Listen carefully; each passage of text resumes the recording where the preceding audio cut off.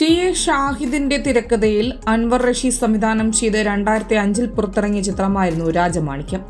മമ്മൂട്ടി നായകനായ ചിത്രം കളക്ഷൻ റെക്കോർഡുകൾ ഭേദിച്ച് ഇൻഡസ്ട്രിയിൽ ഹിറ്റായി മാറിയിരുന്നു. അതുവരെ കാണാത്ത ഗെറ്റപ്പിലും ഡയലോഗ് ഡെലിവറിയിലുമാണ് മമ്മൂട്ടി രാജമാണിക്യത്തിൽ പ്രത്യക്ഷപ്പെട്ടത്. ബെല്ലാരി രാജ എന്ന കഥാപാത്രത്തിന് ഇന്നും വലിയ ഫാൻ ബേസ് ഉണ്ട്.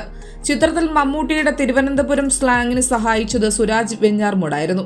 രാജമാണിക്യത്തിന്റെ സെറ്റിൽ വെച്ചാണ് താൻ മമ്മൂട്ടിയുമായി കൂടുതൽ കമ്പനിയായതെന്നും ചിത്രത്തിൽ താനും ചെറിയൊരു വേഷം ചെയ്തിരുന്നെന്ന് പറയുകയാണ് സുരാജ് വെഞ്ഞാറമൂട്.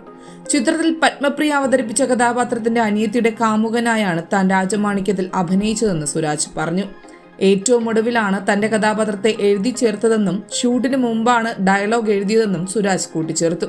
സെറ്റിലേക്ക് പോകുന്ന വഴിക്ക് താൻ ഡയലോഗ് പഠിച്ചെന്നും എന്നാൽ ആദ്യത്തെ സീൻ തന്നെ 18 ടേക്ക് വരെ പോയെന്നും സുരാജ് പറഞ്ഞു. എങ്ങനെയോ ഒരുവിധമാണ് ആ സീനൊക്കെ എടുത്തതെന്നും സുരാജ് കൂട്ടിച്ചേർത്തു. പക്ഷേ ഫൈനൽ എഡിറ്റ് കഴിഞ്ഞപ്പോൾ അൻവർ റഷീദ് തന്നെ വിളിച്ചെന്നും തന്റെ സീനുകളെല്ലാം കട്ട് ചെയ്യുകയാണെന്ന് പറഞ്ഞെന്നും സുരാജ് പറഞ്ഞു.